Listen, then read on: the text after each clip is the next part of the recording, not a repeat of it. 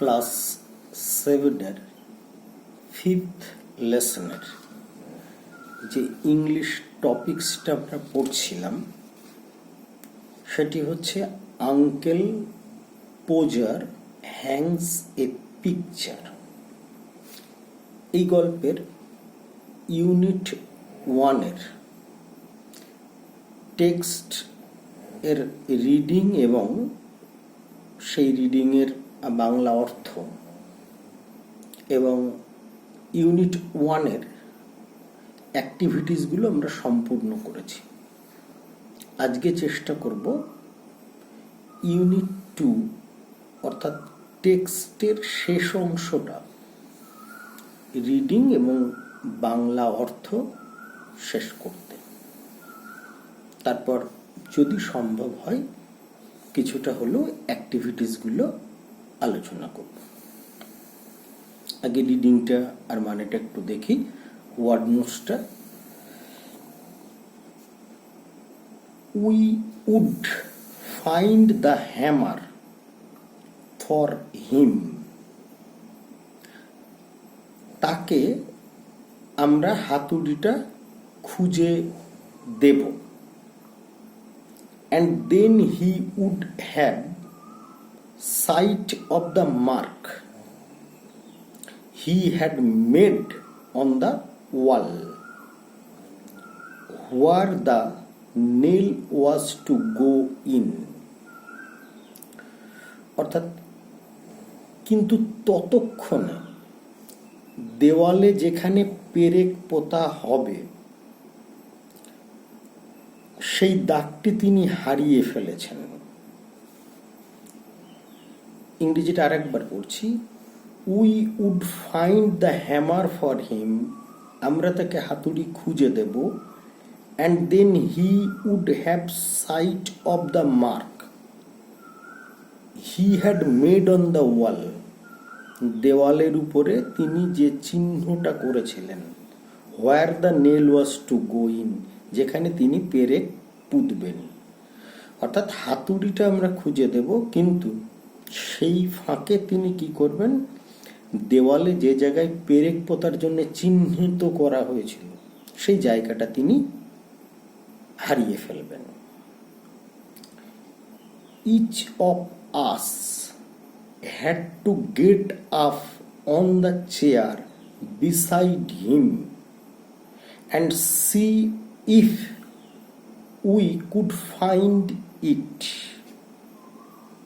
আমরা প্রত্যেকে তার পাশে উঠে দাগটি খোঁজার চেষ্টা করলাম। আমরা প্রত্যেকেই তার পাশে উঠে দাগটি খোঁজার চেষ্টা করলাম। এবার ইংরেজি লাইনটা পড়ি। Each of us had to get up on the chair beside him and see if we could find it.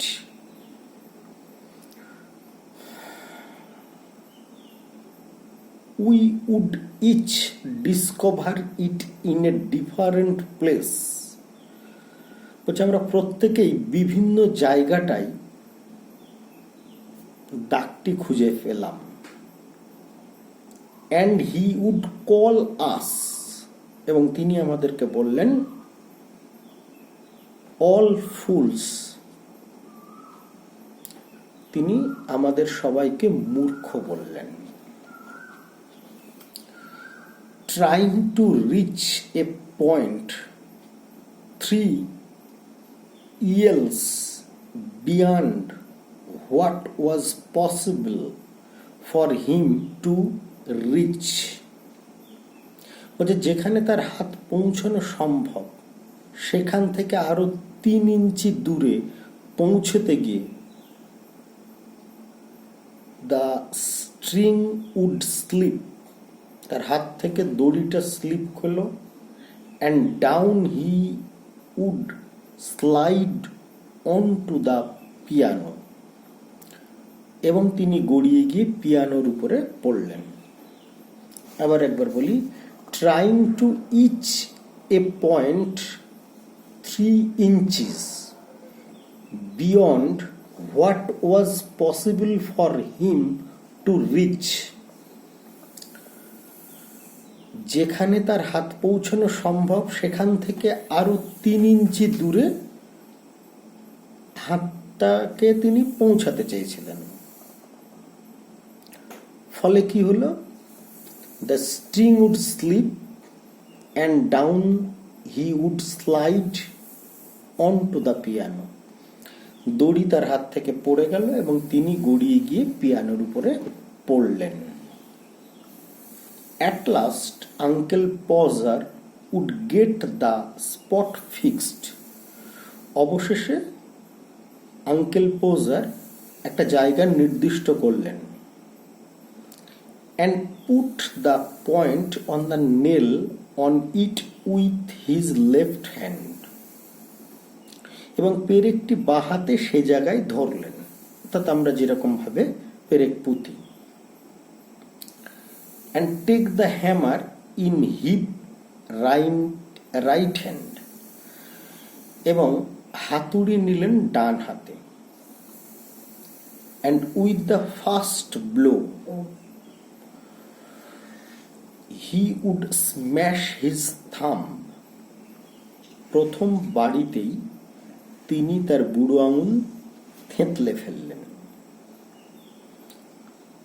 And drop the hammer with a yell on somebody's toes. Drop মানে ফেলে দেওয়া, yell means চিৎকার করা। বলছে চিৎকার করে হাতুড়িটা হাত থেকে ফেলে দিলেন এবং সেটা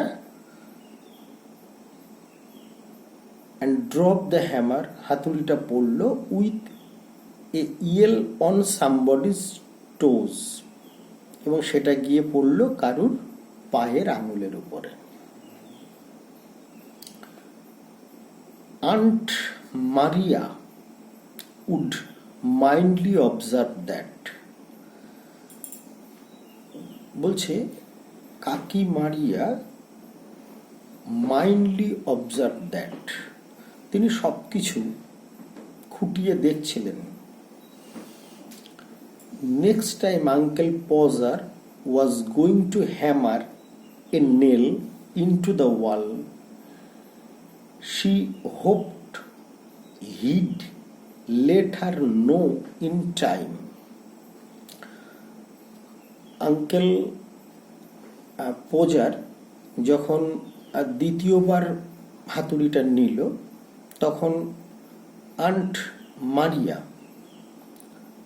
আস্তে আস্তে বলল, পরের বার যখন আঙ্কেল পজার হাতুড়ি দিয়ে দেয়ালে পেরেক পুঁতবেন বলে মনস্থির করবেন,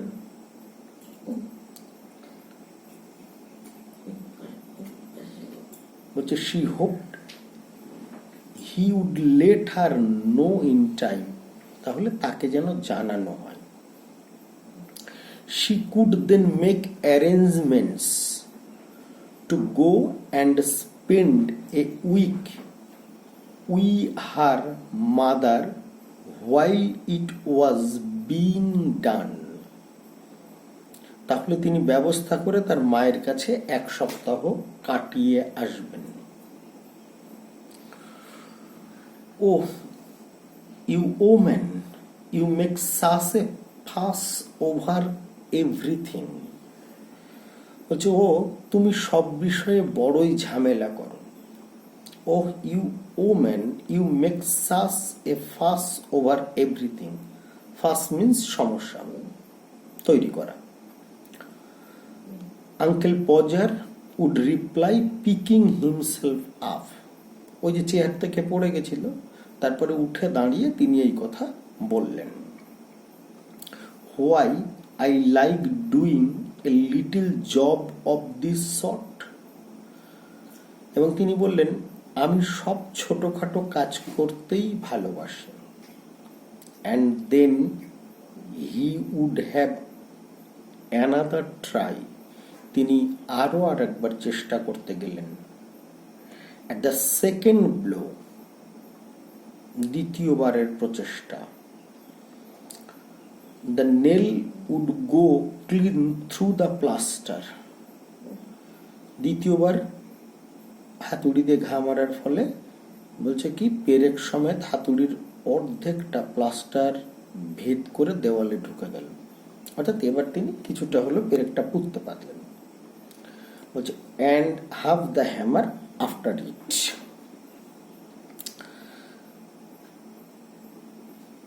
দেন we would find the rule and the string again and a new hole was made.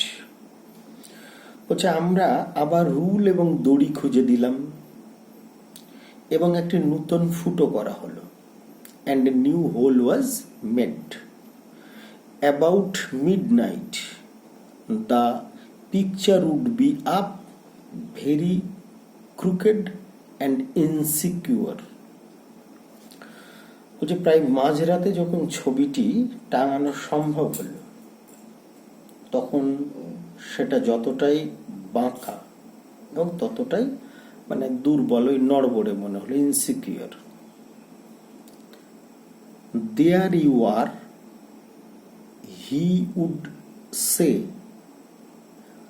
stepping heavily off the chair onto the charwoman's corns and surveying the mess he had made with evident pride.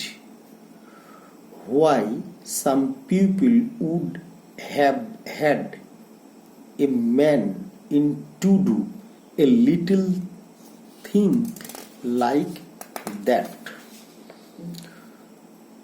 বলছে তিনি chair থেকে নামতে গেলেন, গিয়ে তিনি তার বাড়ির মানে কাজের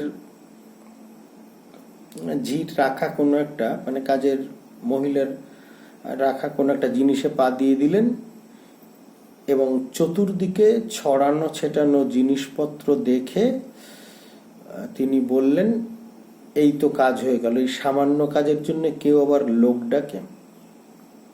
ভাবো, এই সামান্য কাজ করতে গিয়ে তিনি মাঝরাত করে ফেললেন এবং কত ঘটনা ঘটিয়ে ফেললেন। এবার আমরা একটু তাড়াতাড়ি ওয়ার্ড নোটস মানে কয়েকটা গুরুত্বপূর্ণ ওয়ার্ড একটু বলে দিই। যেমন লস্ট মিন্স হারিয়ে ফেলা, মার্ক মানে দাগ বা চিহ্নিত করা, বিসাইড মানে পাশে, ডিসকভার মানে আবিষ্কার বা খুঁজে পাওয়া, ফুল বোকা, আচ্ছা বিয়ন্ড, বিয়ন্ড মানে ক্ষেত্রে নাগালের বাইরে, পসিবল মানে সম্ভব, ইয়েল, ইয়েল মানে চিৎকার, আর এই মাইল্ডলি, মাইল্ডলি মানে মৃদুভাবে, আর অবজার্ভ, অবজার্ভ মানে যদিও আমরা অনেক সময় অবজার্ভ মানে দেখা, কিন্তু এখানে মন্তব্য করা, অ্যারেঞ্জমেন্টস মানে ব্যবস্থা, ফাস মানে সমস্যা, মিডনাইট মানে মধ্যরাত, ক্রুকেড, ক্রুকেড মিন্স বাঁকা, ইনসিকিউর মানে অ্যাকচুয়ালি অনিশ্চিত বা নিরাপত্তার অভাব, কিন্তু এখানে হচ্ছে এই নড়বড়ে বা নিরাপত্তার অভাব এরকম। আর চার ওমেন মানে বাড়ির কাজের মহিলা, আর এভিডেন্ট মানে স্পষ্ট বা প্রতীয়মান, আর প্রাইড মিন্স গর্ব। তো আজকে আমরা এই ইউনিট 2 এর টেক্সট এবং তার মানে আর ওয়ার্ড নেটসটুকু একটু পড়তে যতটা পারি তোমাদের সহযোগিতা করার চেষ্টা করলাম।